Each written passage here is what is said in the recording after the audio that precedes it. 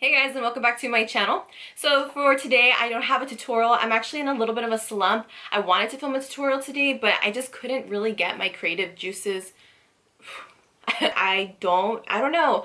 I feel like I've been doing neutral after neutral look as far as, like the color tones and palette that I've been choosing, and I'm just really ready. I think I'm ready for colorful makeup season. Like, I am ready to play with more color. I'm in that kind of like slump where I want to use color, but I don't know if I should start that already. Should wait a little bit more until we get further away from these winter months, because we're still very much in winter.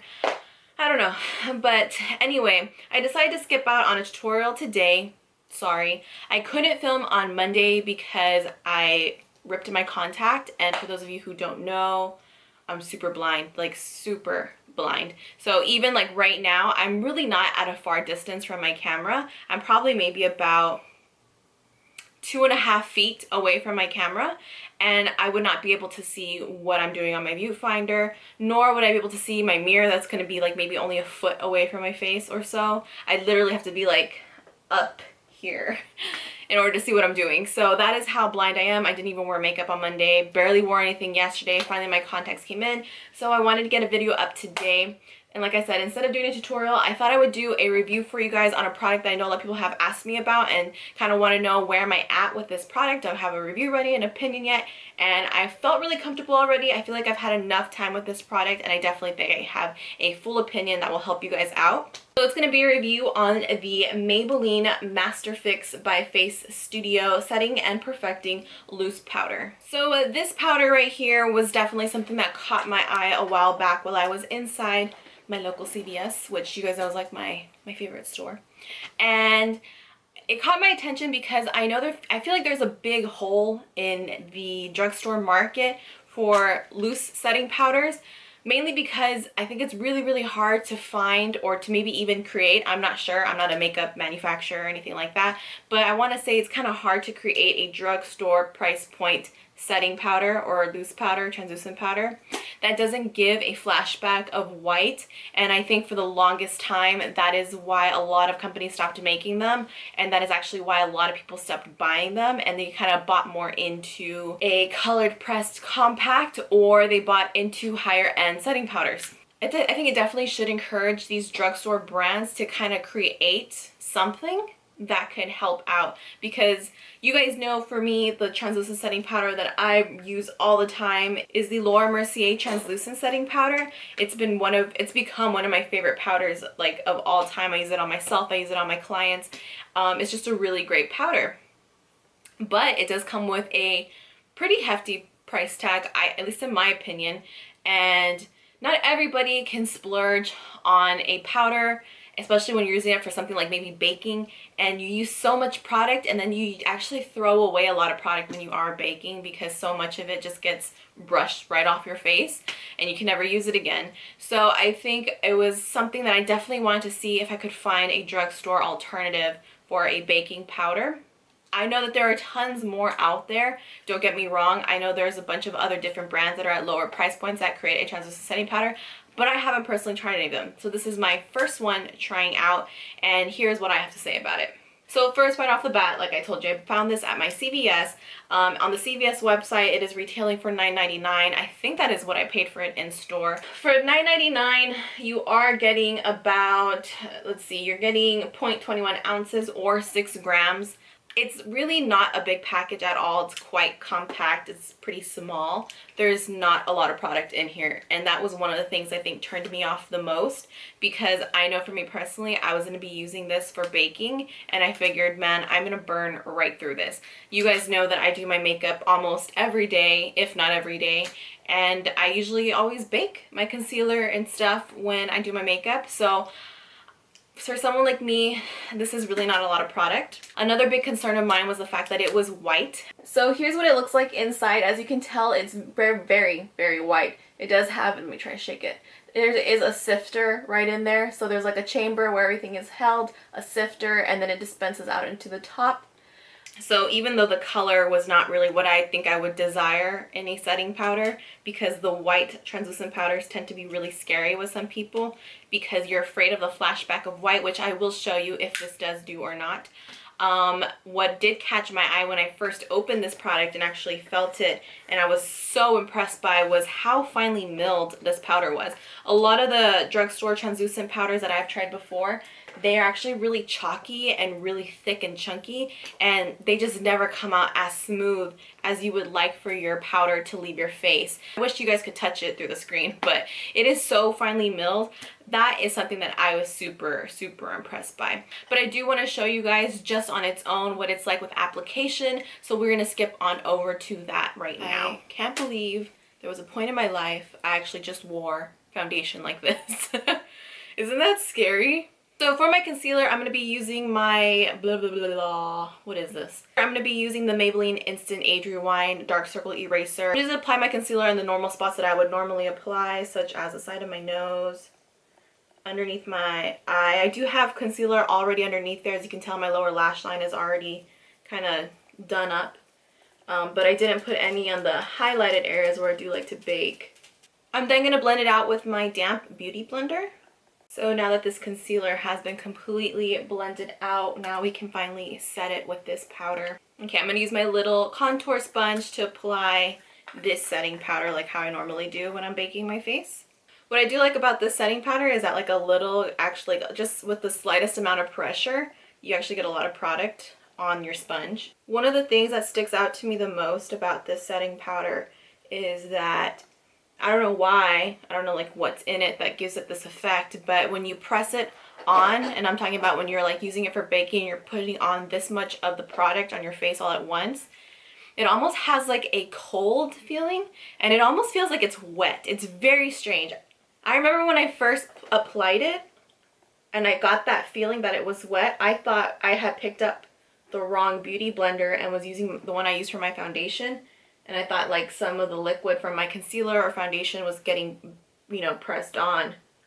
And I had to double check, but then I realized no, everything was completely dry. But it has like this cold feeling. At this point, I'm going to let this just bake on my face, and then I'm going to finish off the rest of my makeup, and I'll come back and we can blend it out together. Alright, so I've thrown on a little bit of some cream contouring, some powder contouring, my lipstick is on, and that's why kind of my baking seems to be like smaller, is because some of the powder has slightly wiped off. I'm going to just step in a little bit closer so you guys can see what it looks like also. So closer, you can start to see the little dots of where like my natural oils have started to blend in and bake into the powder, which is totally normal. That also happens when I use any other powder to bake. That's what's supposed to happen when you're baking, so that is definitely saying that it is baking while it is on my face.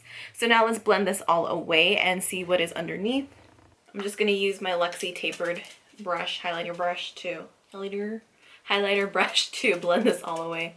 I just like to use whatever's left on the brush to just kind of blend it into that contour. So what I was really worried about when I had first used this product and when I blended away my baking was that I was going to see an extreme white cast over the spots where I baked.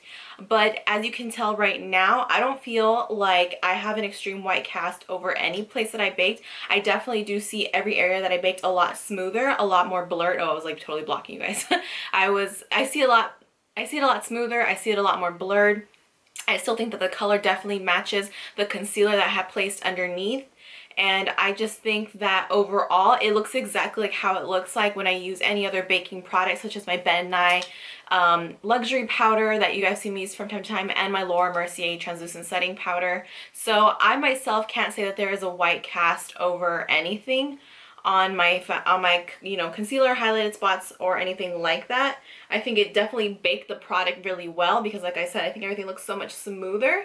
Like there's almost no pores that you can see on those areas. And I'm actually just going to continue on and place on my blush and highlight because that is what I am lacking, and just finish up my nose contour as well. Looks like I didn't place any powder product on the side yet, only the cream product, and I'll be right back. Alright, now my makeup is completely done. This is the finished look. As you guys can see, I actually feel like there is no difference between how it looks when I use another translucent setting powder compared to using this Maybelline one.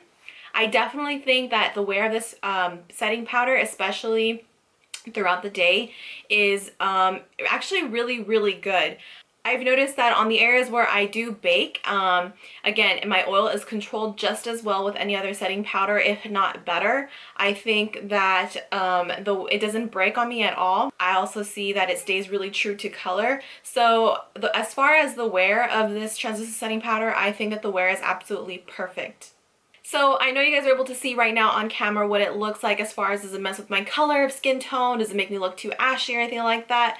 And I know that it can be a little misleading because a lot of people do want to know, what does this look like with flash photography? So I did take some test shots of a strip of concealer just to see what the concealer looks like on its own, and then also what it's going to look like with the powder over it taken with flash. And I'm doing the same thing with foundation. So here are those clips of it right now, or here are the side-by-side comparisons. I know that you guys have seen what the application looks like. I also wanted to show you guys separately what it looks like with flash photography. So I did take some test shots of a strip of concealer just to see what the concealer looks like on its own, and then also what it's going to look like with the powder over it taken with flash. And I'm doing the same thing with foundation. So here are those clips of it right now, or here are the side-by-side comparisons. So as you can see in those flashback tests, I think it's really obvious that the flashback of white is almost little to none, especially when the camera was directly facing the swatches and the flash was on. And keep in mind, I did use my ring light and my flash for my camera as well together, like how I normally take my photos, and there was absolutely no flashback of white. The colors looked absolutely identical, but yet when my arm was slightly turned and the other swatch was turned upright, then you can see there was a slight white cast, but not when the subject itself is directly in front of the camera. So if you're taking a selfie and you're using this powder and you're directly in front of the camera, then there shouldn't be any problem or flashback of white, especially when it comes to any type of photography using artificial lighting. So that is a really good plus. But depending on if you are not going to be the center focus of the photo, if you're maybe turned or something, then definitely maybe there could be a risk of flashback of white, which you just want to be cautious of. Overall, I think that this translucent setting powder is absolutely amazing for it being a drugstore brand. I think the price point is okay. I do think that if you're using this for baking, and if you're using it the same way that I do, you wear makeup every day, you're going to be using this constantly, there is not a lot in this packaging. I feel like I barely have had this and I'm already almost running out. So as an all over, just like a loose setting powder, I think that it's perfect for those of you that use translucent setting powders for that purpose. For those of you who use it for baking, I think you could just be like burning through this faster, and you actually might just save more money in buying a translucent setting powder that actually comes in a much larger packaging, even if it is pricier. But like I said, if it's just for like a quick fix, maybe in between, maybe you don't want to take your expensive powder with you out of town or something, I think that this would definitely suffice as a replacement. Or that maybe they should have dropped the price just a teeny tiny bit. But that's all I can really say. I think it would be really great for Maybelline to come out with colored powders, such as like a yellow powder, a pink powder, a peach powder, something that would actually help with universal skin tones. Even though this is universal, but still the white translucent setting powder is still very scary for a lot of people to use. And I think if they were to come out, or if one drugstore company were to come out with like a tinted one, that would be so amazing. I think those would be flying off the shelves. But overall, I think Maybelline pretty much did a really good job in creating this. Out of 1 to 5 stars, I think I'm gonna have to give this, just considering everything, I'm gonna give it a 3. So for me, it is right in the middle mark. It's definitely not a total replacement for the higher end translucent setting powders that I have personally used already, but I do think it is a great translucent powder to maybe practice with, as far as if you're like gonna be practicing with baking, or if you don't wear makeup often, or if you don't use the baking method but you actually just want a powder to powder your whole face. I think this is absolutely perfect. That's probably gonna be a 5 stars for you. For me personally, and for what I use my translucent setting powder for, it's definitely gonna be like a 3. So I'm right there in like that moderate rating range. So I think that's all I have to say about this product. I hope it helped answer some of these questions for you guys. I know it was definitely a product that a lot of people were curious to try and are just a little hesitant on it, but I hope I was able to clear up any concerns you may have. Let me know down below if you've tried this product, what your rating is, what your recommendation is, and I think it'd be helpful for everybody. So yeah, that wraps up this review. I will see you guys in my next video. Bye guys.